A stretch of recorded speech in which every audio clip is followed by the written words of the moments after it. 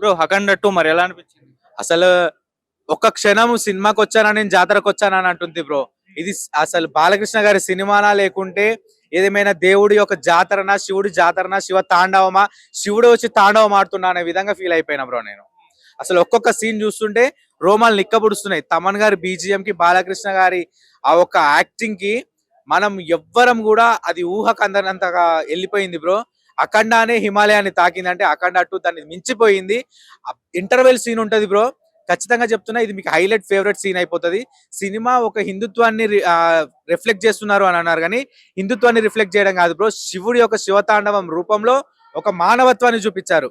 మానవత్వమే మనకు ఉండాలా, ఎవరికి హాని చేయకూడదు, ఎవరికి ఎటువంటి హాని జరగకూడదు అని చెప్పేసి బోయపాటి గారు ఒక్కొక్క సీన్ ని తను ఎంత కష్టపడి రాశాడో, ఎంత ఆలోచించి రాశాడో, బాలయ్య బాబు కోసమే ఈ సినిమా రాసినట్టుగా అనిపించింది బ్రో. తమన్ గారు బీజిఎం అంటారా, ఇక తమన్ కి ఇదే లాస్ట్ సినిమా, చివరి సినిమా. ఇక ఈ సినిమా లేకపోతే నెక్స్ట్ ఛాన్స్ లేదు అంటే ఏ విధంగా కష్టపడతారు, అలా కొట్టిండు బ్రో బీజిఎం. అసలు బాలయ్య బాబు అడుగు పెట్టే దగ్గర నుంచి బాలయ్య బాబు డైలాగ్ విసిరేంత వరకు తమన్ గారి బీజిఎమే హైలైట్ బ్రో. ఆయన కొట్టిన ప్రతి ఒక్క బీజిఎం కానివ్వండి ఖచ్చితంగా మైండ్ లో మనకు ఫిక్స్ అయిపోతుంది. సినిమా చూసి బయటికి వెళ్తున్నాము అంటే బాలయ్య గారితో పాటు ఆ బాలయ్య గారి యొక్క బీజిఎం కూడా మనతో పాటు వస్తుంది బ్రో. మనకు పూనకాలు అంటే దేవుడి జాతర ఏ విధంగా సాగుతుంది, మనం ఆ టైంలో ఎలా ఫీల్ అవుతాం, దేవుడు వచ్చే టైంకి ఎంత ఎగబడతాం, ఎంత దానికోసం చూడాలని తాపత్రయపడతాం, అలా ఉంది థియేటర్ లోపల. అభిమానులు కొల్లలుగా కొట్టేస్తున్నారు. ఎవ్వరు సీట్లలో కూర్చొని చూడట్లేదు బ్రో సినిమా. బాలయ్య బాబు గారు ఒక్కొక్క డైలాగ్ విసురుతుంటే అందరు గాలిలో ఎగురుతున్నారు. అసలు బాలయ్య బాబు గారి సినిమా నేను ఫస్ట్ టైం బెనిఫిట్ షో చూస్తున్నా. ఇంత అద్భుతంగా అసలు ఇంత ఏమంటారు ఊహకు అందకుండా ఉంటది అనేది ఫస్ట్ టైం నేను లైవ్ లో ఇవాళ నేను ఎక్స్పీరియన్స్ చేసిన. అసలు మామూలు కాదు బ్రో, నిజంగా చెప్తున్నా. ఇది అఖండ సినిమానా అసలు నేను మాటలు కూడా రావట్లే, అంటే అంత ఫీల్ అయిపోయా నేను సినిమాని.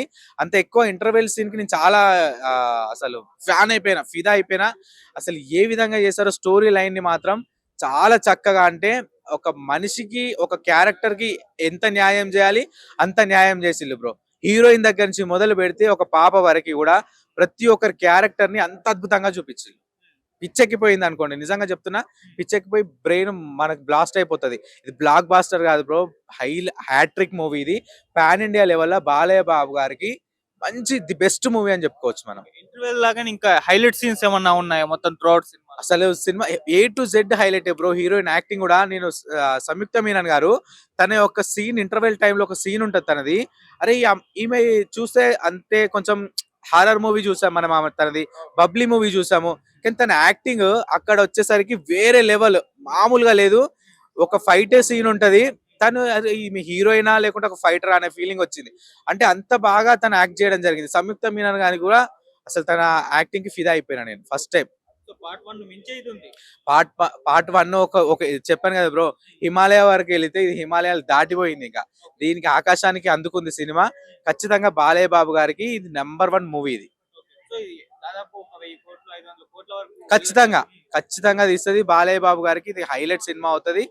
అసలు మనము చెప్పలేము, ఊహ కూడా అందనంతగా ఉంది. ఇంటర్వెల్ సీన్ కి బ్రో అసలు ఒక్కొక్క సీన్ కోసం అసలు ఒక్క సినిమా 4 సార్లు చూస్తారు, ఇదే సినిమా 4 సార్లు చూస్తారు.